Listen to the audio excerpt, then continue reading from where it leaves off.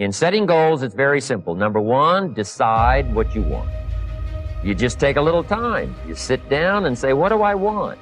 What kind of skills do I want? What kind of income do I want for the future? What would I like? Where would I like to go? Places I'd like to visit. Habits I'd like to acquire. Skills I'd like to have. You just take a little time to think about what you want. Economics, friendships, people you'd like to meet, places you'd like to go.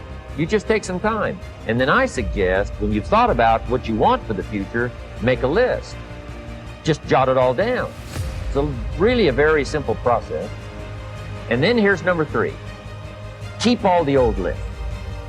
I'm telling you, this served me so well.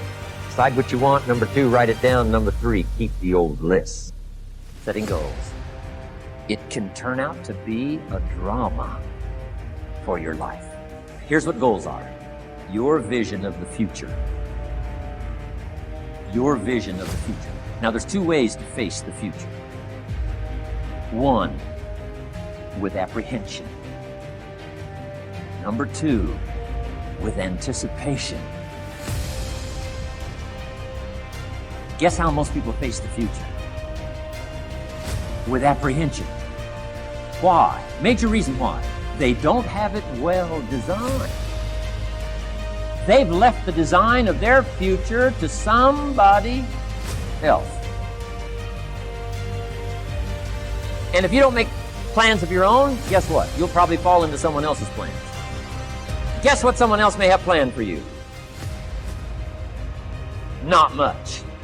Let's say somebody sets a goal of running 5 miles 4 times a week. One version of this would be, okay, sit back in a chair and think about how great you're going to feel and look if you're doing this every day, how your health is going to improve. That's the visualization goal of visualizing the end point. Turns out that is far less effective and maybe even counterproductive compared to thinking about what's going to happen if you don't do this, the negative health outcomes that are going to occur, the disappointment you're going to have in yourself. So foreshadowing failure turns out to be the best way to motivate toward goal pursuit. In fact, there's a near doubling in the likelihood that people will reach goals of any kind when they're constantly thinking about how bad it's going to be if they fail. If you don't specify what you want, you won't get it. If you specify what you want and you want it, which means you're willing to make the sacrifices necessary to get it, then the probability that you'll get it expands immensely. Now, of course, it assumes that what you want is within the bounds of appropriate reason, let's say. But you could also dream big, and there's always the possibility that'll work out too. Then they write for 15 minutes, okay, your life is the way you want it to be in 4 years. What does it look like? And then we have them do the opposite, which is, all right, take stock of yourself for a minute, with all your weaknesses and inadequacies and bitternesses and resentments and sinful tendencies, let's say.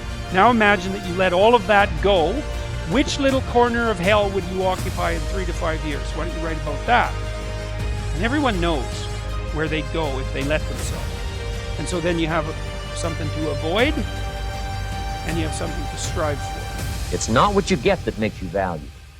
It's what you become.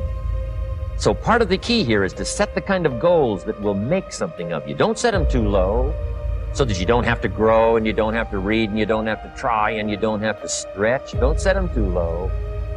And then don't sell out. Don't go for something that's going to cost you your virtue or cost you your values or sell out your principles. There's a good middle road here to follow. Goals that will inspire, goals that will help you grow, change, develop, and become better than you. And the best advice I can give you is, if I can do it, you can do it. No matter where you are, where you come from. Color doesn't matter, religion doesn't matter, where you grew up doesn't matter, circumstances don't matter. I'm telling you, if you'll make the promise of the future clear for yourself, the things you want, the places you want to go, the things you want to have, the person you want to become, the skills you want, the homes you want, the future you want, the friends you want, all of the values of life that you could possibly want.